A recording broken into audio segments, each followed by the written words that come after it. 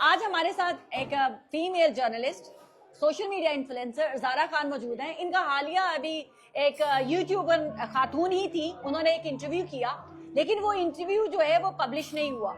Publish क्यों नहीं हुआ और अगर हुआ तो डिलीट क्यों हुआ, वो मैंने आज ज़ारा खान से पूछना है। अस्सलाम वालेकुम ज़ारा। वालेकुम सलाम, कैसे हैं आप सब? बिल्कुल ठीक ठाक। ज़ारा मुझे ये बताएं, आपका वो जो एक फीमेल जर्नलिस्ट तो नहीं थी, वो नहीं, वो यूट्यूबर थी जी। जिन्होंने आपको खुद बुलाया और कहा कि मैं आपका इंटरव्यू करना चाहती हूँ। वो कौन से ऐसे सवाल थे जो आपसे उस इंटरव्यू में किए गए जी। और उसके बाद जो है वो औरत इतना डर गई कि उन्होंने वो यूट्यूब पे अगर कोई क्लिप लगाया भी तो वो डिलीट कर दिया? कौन से ऐसे सवाल थे? बेसिकली उन्होंने मुझसे पूछे थे, खुद से क्वेश्चन पूछे थे। मैंने उनको नहीं कहा था कि आप ये सवाल मुझसे पूछे। उन्होंने मुझसे खुद अपनी खुशी से ये सवाल पूछे थे कि मायरा खान के इवेंट में क्या हुआ था।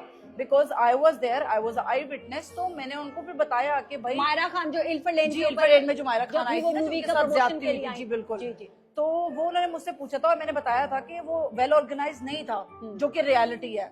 आप अगर किसी पाकिस्तानी हमारे गुरूर है, हमारे पाकिस्तानी सेलिब्रिटी का अगर उनको बुला रहे हो आप, everything should be proper organised. आप उनके लिए एनफ सिक्योरिटी रखो।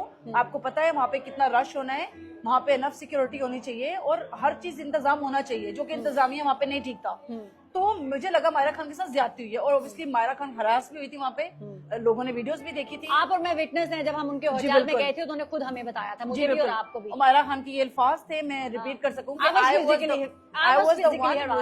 Physically harass.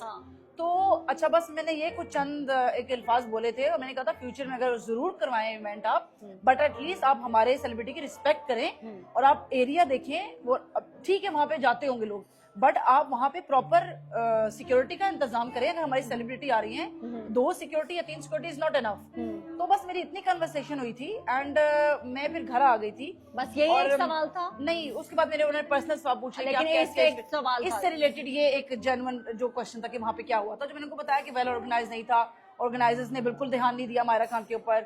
मायरा खान बहुत अपसेट थी और ऑफ कोर्स उन्होंने जो ऊपर आके खुशी का इजहार किया था वो सिर्फ उस आवाम के लिए जो उस टाइम वहां पे थी। अगर उनकी जगह मैं भी होती तो मैं अपनी वो जो उनके साथ ज्यादती, मेरे पास तो वो वीडियो भी है आज जिसमें जी बोला था।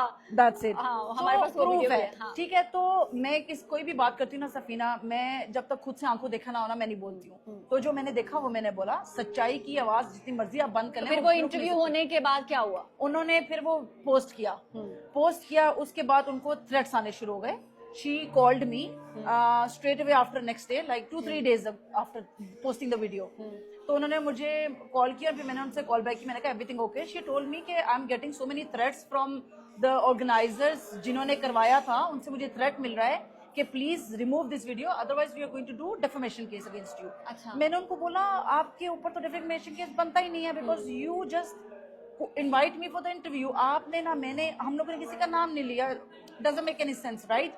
But she said I was getting a lot of threats. I couldn't sleep for 2-3 days and stuff, blah blah, and it was removed. The video is removed from YouTube. वो बहुत अच्छी चल रही थी। I have checked. जितनी भी उनकी video post है ना, सबसे ज्यादा व्यूज उसी वीडियो में थे। ठीक है, बिकॉज वो बहुत ज्यादा शेयर भी की गई थी। तो मुझे सिर्फ ये दुख हुआ इस चीज का कि आप अगर किसी को बुलाते हो, उससे क्वेश्चन पूछे हो, तो आप उसके लिए जिगरा रखो। Yes, everyone. नथिंग, कुछ भी पॉसिबल नहीं है। तो आज मैं आपकी शुक्रगुजार सफीना कि आपने मुझे बुलाया, आपने मुझसे पूछा और मैं आपको बता रही हूँ कि जो भी हुआ मेरे साथ। Thank you Zara. ये इंटरव्यू करने का मकसद मेरा एक तो ज़ारा को सपोर्ट करना था और दूसरा हमारी उस फीमेल यूट्यूबर को सपोर्ट करना है जिनको धमकियां दी गई। मैं उनका नाम नहीं लूंगी, मैं जानती हूँ उनको भी। मैं सिर्फ ये वीडियो बनाने का मकसद ये था कि वो जो हमारी यूट्यूबर थी, अगर वो आपको जिन लोगों ने धमकियां दी, धमकाया गया, मेरी हमदर्दियां आपके साथ हैं।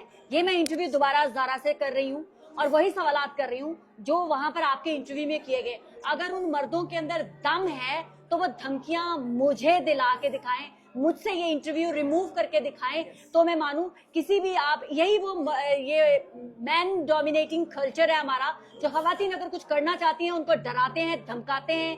आप लोगों की औकात इतनी सी है कि जो जानते नहीं उनके सामने आप बदमाशी करते हैं। आप डेफामेशन, ये वीडियो पोस्ट होगी और आप मुझे डेफेमेशन का नोटिस भिजवाइएगा जो आपने हमारी उस फीमेल यूट्यूबर खातून को धमकियां देकर, डराकर उससे वो क्लिप डिलीट करवाया। तो तो thank you so much Zara, I always support you. और वो हमारी जो फीमेल यूट्यूबर थी जिनको डराया गया, धमकाया गया, उनके साथ भी मेरी सिंपैथीज है। ये क्लिप बनाने का मकसद ये है कि वुमेन एम्पावरमेंट और खातून को सिर्फ आप इसलिए ना रखें कि उनको एक शो पीस के तौर पे साथ ले जाके घूमें और फिर खवातीन को हैरास करते हुए भी आप लोग ही पाए जाएं। ये वो काले मकरू लोग हैं जिनको एक्सपोज करना बहुत जरूरी है। मैं लगी हुई हूँ, जितना मेरे से होता है मैं लगी हुई हूँ। एक बात ऐड करना चाहती हूँ कि वो बेचारी जब शी कॉल्ड मी कि भाई मुझे बहुत ज्यादा थ्रेट मिल रही है, वो कह रही थी कि मैं ना 4-5 दिन से सो नहीं पाई हूँ।